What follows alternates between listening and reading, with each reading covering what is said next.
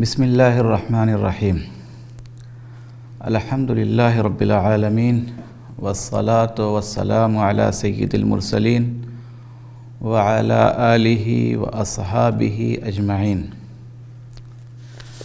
دوسرا مسئلہ ہے ڈرائی کلین۔ ڈرائی کلین میں دھلے ہوئے کپڑے پاک ہوں گے یا نہیں ہوں گے؟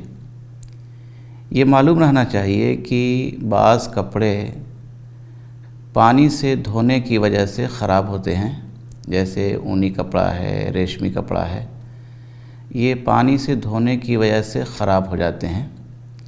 اس لیے ان کی صفائی کے لیے ڈرائی کلین کا طریقہ اختیار کیا جاتا ہے، اور ڈرائی کلین میں پانی کا استعمال بہت کم کیا جاتا ہے، بلکہ بالکل نہیں کیا جاتا ہے، اور بعض کیمیکل کے ذریعے سے کپڑے وغیرہ کی صفائی کی جاتی ہے۔ تو سوال یہ ہے کہ کیا ڈرائی کلین کے ذریعے جو کپڑے دھلے گئے ہیں وہ پاک ہو جائیں گے یا نہیں پاک ہوں گے؟ اس سے پہلے بیان کیا جا چکا ہے کہ کپڑے وغیرہ کی گندگی اور نجاست دور کرنے کے لیے پانی کا استعمال ضروری نہیں ہے، بلکہ پانی کے علاوہ دیگر چیزیں جو بہنے والی ہوں، لکوڈ ہوں، ان سے بھی پاکی اور صفائی حاصل کی جا سکتی ہے۔ بلکہ پانی کا بھی ہونا ضروری نہیں ہے۔ بہت سی ایسی چیزیں ہیں جو دھلے بغیر بھی پاک ہو جاتی ہیں۔ میں آپ کے سامنے کچھ حدیثیں پیش کرنا چاہوں گا۔ امام بخاری اور امام ابو داؤد دونوں نے یہ نقل کیا ہے کہ اللہ کے رسول صلی اللہ علیہ وسلم کے زمانے میں مسجد نبوی میں کتے آتے تھے، پیشاب بھی کر دیتے تھے، لیکن زمین کو دھلا نہیں جاتا تھا، زمین دھوئی نہیں جاتی تھی، بلکہ ویسے ہی زمین خشک ہو جاتی تھی، اس پر سے اس کا اثر زائل ہو جاتا تھا، تو اسے پاک سمجھا جاتا تھا۔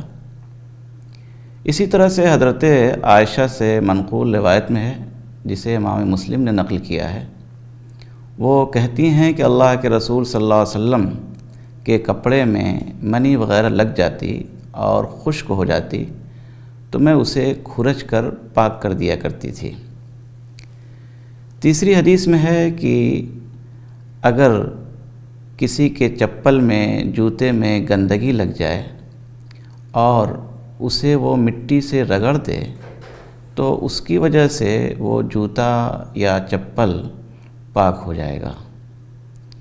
یہ تین حدیثیں ہیں جن سے یہ معلوم ہوتا ہے کہ پاک کرنے کے لیے کسی لکوڈ کا ہونا بھی ضروری نہیں ہے، بہنے والی چیز کا ہونا ضروری نہیں ہے، بلکہ بعض ایسے طریقے ہیں کہ دھلے بغیر بھی وہ چیز پاک ہو جاتی ہے۔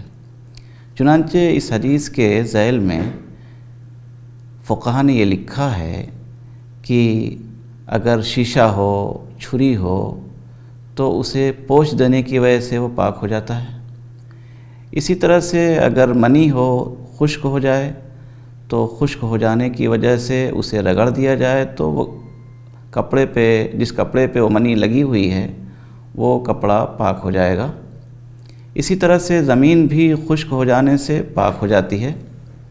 حاصل یہ ہے کہ اگر کسی بھی ذریعے سے گندگی کا جو اثر ہے، گندگی کا رنگ، گندگی کی بو وغیرہ زائل ہو جائے تو اس سے کپڑا پاک ہو جائے گا۔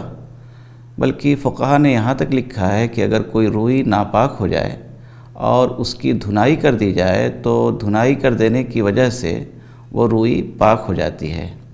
لہذا جو کپڑے ڈرائی کلین کے ذریعے دھلے گئے ہیں اور ان میں نجاست کا اور ناپاکی کا کوئی اثر نہیں ہے، نہ تو رنگ باقی ہے، نہ بو باقی ہے، نہ ذائقہ باقی ہے، تو اس کی وجہ سے وہ کپڑا پاک سمجھا جائے گا۔